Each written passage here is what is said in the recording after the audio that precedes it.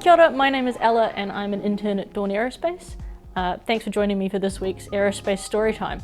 I will be reading the story about Jean Batten from Go Girl, a storybook of epic New Zealand women by Barbara Else. Jean Batten was an aviator from 1909 to 1982. She was born in Rotorua, New Zealand. Jean was 18 when she resolved to be a famous flyer. It took years and lots of hard work. Finally, she felt ready to break Amy Johnson's record of 18 days for a woman's solo flight from England to Australia. In a brown paper parcel, Jean wrapped her red lipstick and a white satin frock. She checked the spare fuel tank, safe in the front of her Gypsy Moth plane, and the spare propeller, which was strapped tight between the two cockpits. Then she climbed into the cramped rear seat, the pilot's seat. From England to Italy, the engine purred. Jean nibbled on a chicken leg.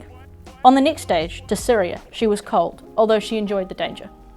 On the third stage, to Karachi in Pakistan, a sandstorm darkened the sky. The plane's instruments were almost useless. Jean nearly crashed, but managed to land in the desert. She set off when the storm was over, but almost at once, wind and sand whipped the plane again. Jean flew above it and found night was falling. She had to land again. The ground was bumpy with rocks, but she held the plane steady until it came to rest. Bruised and aching, with her face bleeding from the lash of sand grains, Jean climbed out of her plane to find water. In the dark, she fell over the corpse of a camel and ran from a giant land crab.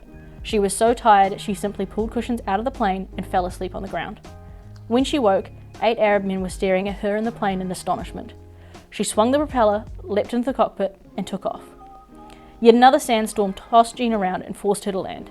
This time, the propeller was cracked. The spare propeller had vanished. Villagers from nearby helped her with the repairs, and then Jean took the air once more.